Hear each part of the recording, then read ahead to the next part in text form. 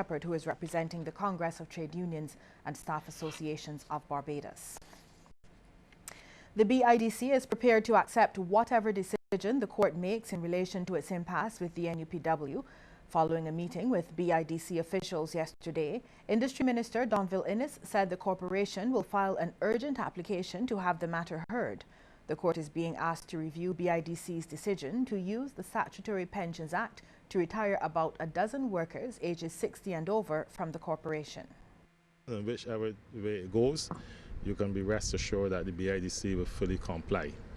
Simply put, if the courts decide BIDC acted in error by retiring people under that section, or rather that section, the act is no longer valid, well, then the corporation will make amends. And if the court decides that that part of the act is still valid, you're not going to find the corporation jumping up in the air and rejoicing.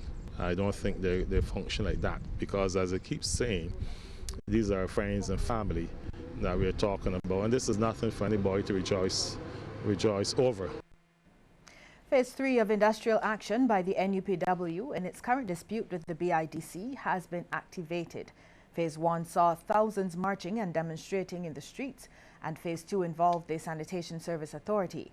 That entity has not been collecting garbage since last week. Phase 3 came following a meeting with NUPW members yesterday afternoon. In a show of solidarity, the Immigration Department is now joining Customs and the Sanitation Service Authority in industrial action. Acting General Secretary Rosalind Smith remains tight-lipped about what the action fully entails. In other news now, Chief Town Planner Mark Cummings is dismissing suggestions that the island's capital city, Bridgetown, is dead.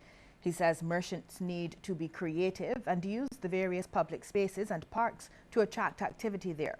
Additionally, he says marine activities could be incorporated and the Chamberlain Bridge could be lifted more often.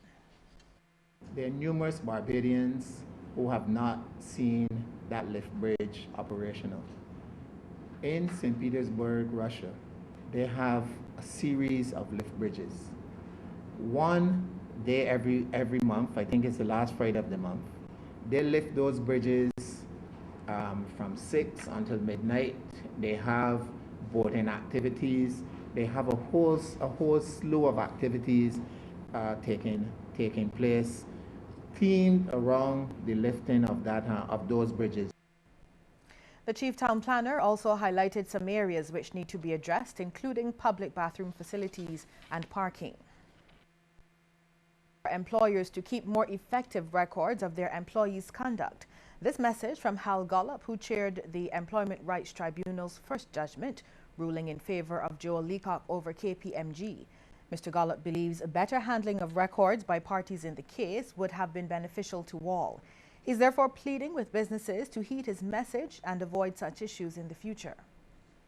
This requirement is of major importance. If the duty owed by an employer to its employees is to be kept in conformity with the Employment Rights Act, which places such heavy emphasis on fairness. It's a project that will see Barbados being the home of the leading-edge clean energy plant in the Caribbean, but there's strong opposition to plans to construct a plasma gasification plant here. Visiting American academic Paul Connett is the latest individual to add his voice to those who oppose the Cahill project. The retired professor of environmental chemistry and toxicology provided numerous reasons why Barbados shouldn't go in that direction during a town hall meeting organized by the Future Center Trust last evening at the Lester Vaughan School. Professor Connett, who is the director of the American Health Studies Project, says it's bad for Barbados as a whole. It is absolutely not applicable for mixed waste with today's technology, which is what they plan to burn. At least 60% of it's going to be municipal solid waste, and another 40% or so is going to be king grass. Another very negative factor is that the energy balance very often has turned out to be negative. In other words, in some cases, they've had to put more energy in to gasify the solids than they get out. Professor Connett says gasification and incineration are not suitable solutions. He He wants efforts focused instead on recycling. This is doubly useful. And if we could compost organics, we not only reduce the use of synthetic topsoils of one kind or another, or even naturally produced topsoils, but we also reduce to a certain extent synthetic fertilizers, which are high energy material. But we also do something else. We improve the structure of the soil. And several Barbadians were afforded the opportunity to share their views on the project, including residents of St. Thomas. Executive Director of the Barbados Renewable Energy Association, Clyde Griffith, distanced his organization from the Cahill project. I'm very, very upset about it. I go around the country every day talking to people. People ask me about Cahill. I can't do anything else but discuss Cahill. Lenny St. Hill said it's science fiction. It's not really science fiction. It is real. It's a serious problem we have in this country.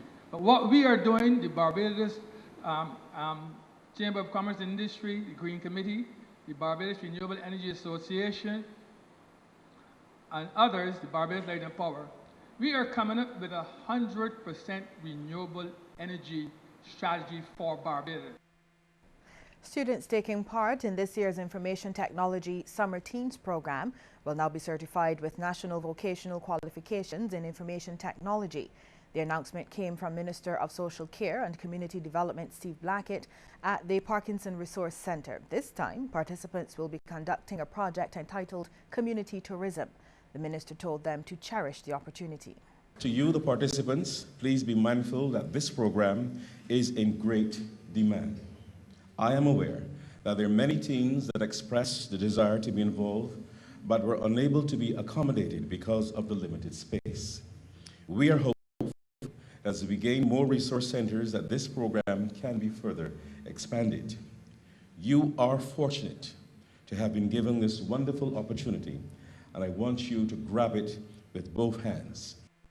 We'll have regional and international news after this break.